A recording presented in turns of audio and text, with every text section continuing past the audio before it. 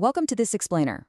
Today, we're diving headfirst into one of the absolute most fascinating anthropological and religious mysteries of the modern world. We're looking at a story that literally spans continents, millennia, and the very core of human identity. It's this incredible narrative that bridges ancient biblical texts directly with modern geopolitics and genetic science. Picture this for a second. There is an indigenous community living right on the remote mountainous borders of northeast India, Bangladesh, and Myanmar. And they carry this deeply, deeply held belief that they are in fact descendants of the ancient Israelites. Now, I know it sounds like the plot of an adventure novel, right? But for the people we're talking about today, it is their lived reality and their absolute truth. So how exactly did a group in East Asia come to identify so strongly with the Middle East? Well, to make sense of all this, we're going to break this explainer down into 5 main parts: the lost tribe claim, their spiritual evolution, decoding the DNA, the politics of conversion, and finally, their modern-day journey to Israel. Let's get right into it. All right, starting with part 1, the lost tribe claim, looking at the descendants of Manasseh. We really need to understand the foundational claim of this community, which originates primarily from the Chin, Kuki, and Mizo ethnic groups. So the name B'nai Menashe translates directly from Hebrew to the children of Manasseh. This is an Indian Jewish community claiming descent from one of the legendary 10 lost tribes of Israel. If we go by biblical history, these tribes were exiled from the northern kingdom of Israel by the Assyrians way back in the year 721 BCE. And the B'nai Menashe specifically trace their ancestry to this legendary figure in their oral history named Manmaseh. They identify him directly as the biblical Manasseh, who was the son of Joseph.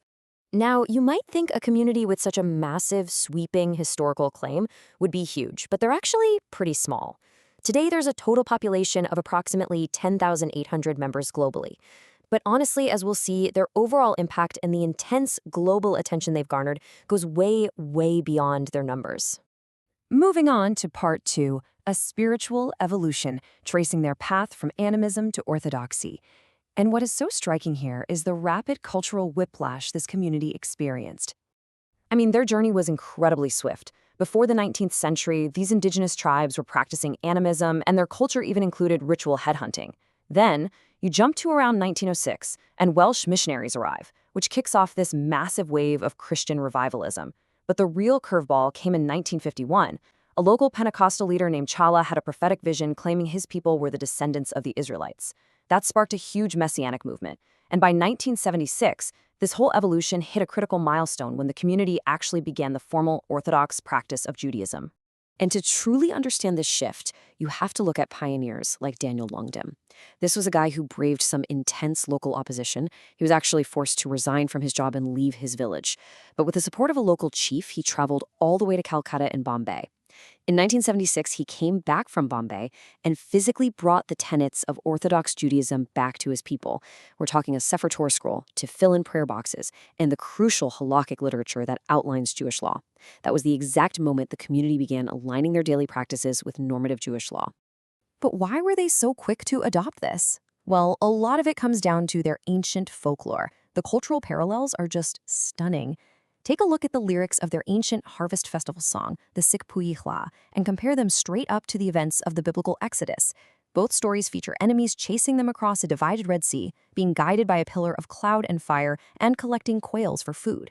Now sure, anthropologists will point out that similar motifs pop up in unrelated religions all over the world, but for the B'nai Menashe, these ancient lyrics were undeniable, solid proof of their Israelite heritage.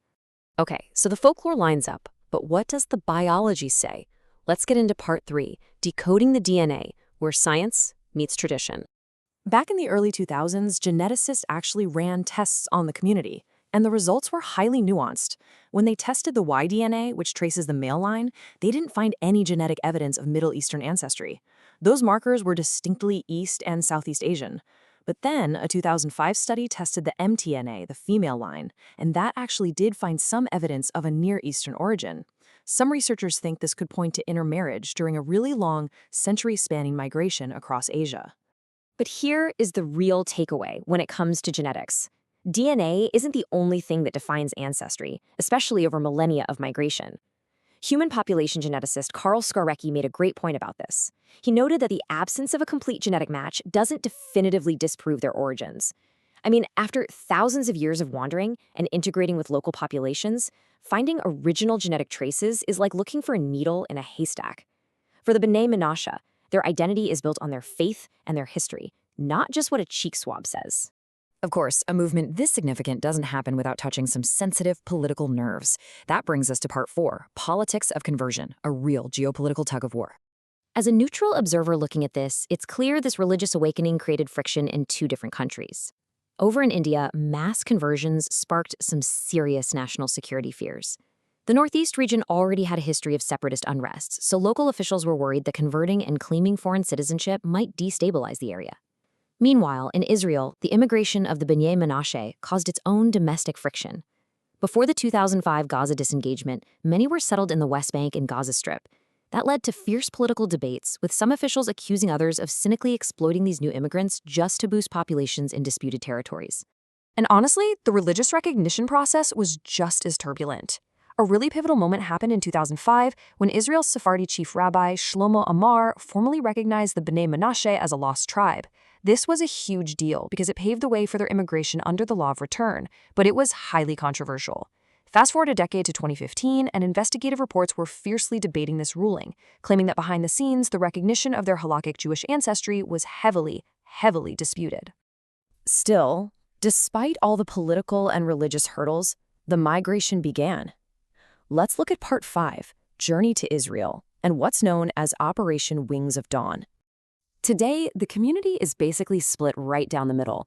Over the last couple of decades, about 5,000 members have successfully made the massive journey to Israel, but that leaves 5,800 members still living in India waiting for their chance to make Aliyah, to immigrate to Israel and reunite with their families. To bridge that huge geographic divide, there is a massive coordinated effort underway called Operation Wings of Dawn. In November 2025, the Israeli government approved a sweeping 5-year, $27 million plan. By April 2026, the first batch of 240 immigrants had arrived. And the ultimate goal here is incredibly ambitious. They want to completely relocate the remaining 5,800 community members from India to the Galilee region in northern Israel by the year 2030. But the reality is, the journey absolutely does not end at the border. These immigrants face some immense integration challenges. Even before leaving India, they go through intense screening. Once they arrive in Israel, because their ancient history isn't documented with a continuous maternal line, they are required to undergo a formal Orthodox conversion, which includes deep study and immersion and a ritual bath. And then comes the culture shock. They have to overcome a massive language barrier, jumping from Tibeto-Burman languages straight into modern Hebrew.